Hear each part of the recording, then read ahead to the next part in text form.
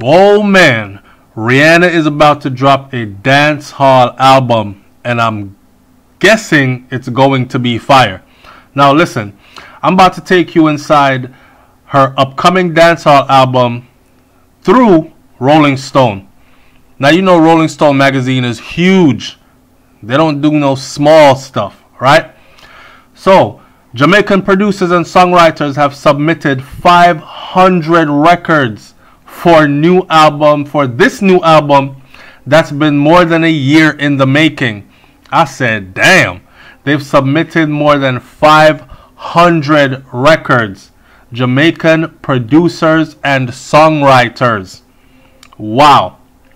For the past year, Rihanna has been recording a complete dancehall album for her upcoming project, according to numerous producers and songwriters. Now check it out. If you don't remember the work with Drake, that was some straight dancehall music, right? And I knew since then, or even before then, but let's not forget that Rihanna is a Caribbean girl anyways. I want to go in so many different directions with this, because I want to talk about how Jamaican artists have failed to unify themselves and bring dancehall music as a brand to the world, right? And in the process, others have been able to jump on it and profit off of it. Now, I'm thinking further ahead. I'm thinking maybe Rihanna can be the artist to bring back the 90s, because let's face it, 90s dancehall music is still the biggest dancehall music has ever been, right? I mean, now in today's day and age, we have a one dancehall artist here and a one dancehall artist there. We have a Conscience, we have a Charlie Blocks, we have a Popcorn, that's touring out the world. But we don't have the 90s when 10 dancehall artists on one rhythm would meet up somewhere in Europe and shell down a big stage. That's not happening again. Now I'm thinking collaborating with someone like Rihanna, and they go out there, meet Rihanna on tour. She might be able to bring back that 90s vibe. But that's just me daydreaming. I don't know. What do you think? Leave your comment in the comment section below. But 500 submissions. Wow. From Jamaican producers and songwriters for this one album. For more than a year, Rihanna and her label Roc Nation have been hunting for beats as they work to complete this album devoted to exploring the singer's Caribbean roots. Ross, is that why Jay-Z was in Jamaica recently more than once? According to conversations with 8 sources close to the project, 8 sources. This is coming out of Rolling Stone. They're not going to tell you about 8 sources close to the project and there's nobody. In addition, 2 of those sources suggest that the singer is simultaneously at work with another pop-oriented album. So, are they saying that she's working on a pop album and a reggae album at the same time? Rihanna's first mentioned the possibility of releasing a reggae-centric album publicly during a Vogue profile for the June issue. But her and her potential collaborators have been quiet ever since. The magazine suggested that Superdupes, the veteran dancehall producer behind recent hits like Drake Controller, was one influence on the album, though other details were scarce. While Superdupes did not respond to email requests comments, 2 other sources with knowledge of Rihanna's album confirmed that the producers were involved. Along with Superdupes, most of the biggest producers and songwriters connected to dancehall and reggae music have submitted material for this album, including producer duo R-City, Rihanna Beyonce, Stephen the Genius McGregor, Vybz Kartel, Sean Paul, Linton TJ Records, White, Serrani, Vybz Kartel producer singer Ricky Blaze, Gibson, Tishan Beam, Egyptian, Yo Gotti, Lecrae, dancehall singer Cranium, reggae singer Chronix, The manager of Cranium and Chronix declined to comment on this, though, on their artist involvement. According to one producer with knowledge of the album's process, the mainstream top 40 machine has been represented at some of Rihanna's sessions by superstar electronic producer Skrillex and Boy Wonder, Drake, Beyonce, and Jay-Z.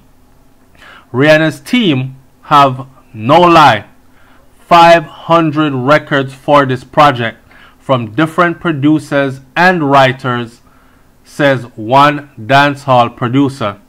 Wow. A dancehall and reggae inflicted album is not entirely out of left field for Rihanna. She has explored these sounds on 2010's Man Down, 2011's You the One, while 2016's Anti was boosted by the smash dancehall single Work. Party Next Door, a singer-songwriter of Jamaican descent who co-wrote Work, told Rolling Stone in 2016 that the song was not initially proposed to channel dancehall. It was supposed to be a pop beat, he said. It turned into a reggae beat because I sang in patois. But Rihanna is from Barbados culturally. She got it right away, he said. If Work was a happy accident this time around, Rihanna and her team are consciously trying to create a dancehall influence album. Consciously trying to create a dancehall album this time around. The singer has already corralled a large number of demos from top-tier Jamaican talents, often enlisting producers that have a track record of creating songs that can penetrate the American market. Blaze, for example, produced Egyptian's 2010 Hold You, while White crafted Vybz Kartel's Fever, which enjoyed a crossover trajectory last summer. Yo, but can't wait to hear this album, you know. And the only thing that I'm hoping is Vybz Kartel makes it to this album, because I've been dying to see this type of a collaboration, like with a Rihanna and a Vybz Kartel, and not to mention all a Popcorn, and then can you imagine like Rihanna, Vybz Kartel, Popcorn meeting up somewhere internationally on tour? It's gonna be a mad look. Even people like Mavad or Alkaline, Buju Banton, which all the excitement surrounding the release of Buju Banton and the release of Vybz Kartel from their current situation. Anyways, that's just me sidetracking and getting excited again. It's common for stars at Rihanna's level to cull the best demos from reams of submission when selecting songs for albums. Rihanna's team have, no lie, 500 records from different producers and writers, explained one dancehall producer who asks to remain anonymous. They're only choosing 10 records, so you can imagine of 500 submitted how hard it's going to be to choose 10. They've been having writing camps and trying to keep them quiet for almost a year and a half now. They've been flying to Miami, flying to LA, cutting records non-stop for this project. I wonder if Adessa Mavado gone, and this is one of his prior engagements that he had to fly out to be a part of. Plot cleat! It's a go mad. If the reggae artists and producers won't get the chance on the pop album, at least let us survive on the dancehall album, says one producer. Every artist, every producer, every songwriter in Jamaica or of Jamaican descent has been working on Rihanna's album and has little snippets of publishing or production credits on it. Another source close to the project says, I think they've got 8 songs, he continues, but her A&R is still asking for records. They're looking for one more song. Add a third source, knowledgeable of the album making process. Now I don't know about you, but this is getting me pretty excited. Now I can go on and say that Rihanna is probably going to drop a reggae album, dancehall album that's going to be bigger than any reggae dancehall star has ever put out. But we're talking about Rihanna here. If Rihanna's team likes a submission, they will do some tweaking according to a second producer. I didn't even get the final version of the song I turned in, the producer adds. I got the semi-final, and then I got the contracts. They asked my opinion, but you wouldn't expect Rihanna to work with people that don't do good work. They did some good work on it. But another producer who submitted material for the album worries the star is diluting the Caribbean aspect of the music. Their whole thing was, yo, we're gonna make this album real dancehall, real Caribbean, says the producer. Rihanna is Bajan, so let's make this a full project like that. To me, it hasn't been going that way. They're kind of mixing it up, putting in the pop. If the reggae artists and producers won't get the chance on the pop album, at least let us survive on the dancehall album. They're changing up the direction continuously. But most of the singers and producers who have submitted material to Rihanna's team believe that Jamaican music and Jamaican artists will benefit from being involved with such a high-profile release. If the Rihanna album sells great numbers, faith will be restored in the dancehall genre as something to be invested in, the second dancehall producer said. A third producer who has done quite a lot of stuff for the album says that labels have started reaching out to him asking if I had any songs that Rihanna didn't take. People are already gearing up to go in that direction towards dancehall because somebody as big as a star as her is doing that, he adds. He went on to say that if an artist like Rihanna, if the Rihanna album sells great numbers, faith will be restored in dancehall as something to invest in. The second dancehall producer said, right? And the third dancehall producer said that, who has done a lot of work on the album, said that labels have already started reaching out to him asking, yo, a lot of records were submitted for the Rihanna album. Are there any out there that are left that no one took? Because we want it. So they're actually clamoring for the leftovers already.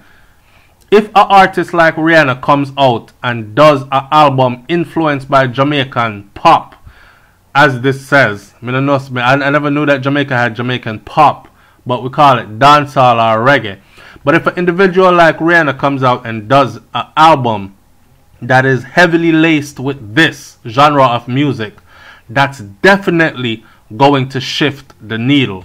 And trust me, I think that this would definitely be a good look. I don't see how this could lose. Now, in closing this, I would say what she should also do is seek to do some work with some of the female artists in dancehall music. I mean, I could throw some names out there, but I don't know if, because the music industry is very funny. It's who you're associated that I might not want to be associated, or my brand to be associated with. So I was going to throw like Spice out there, because you know some Mama Spice right now, I say dancehall queen, she's sitting on that throne, right? But I mean, does Rihanna want her brand to be associated with Love and Hip Hop Atlanta? Think about it.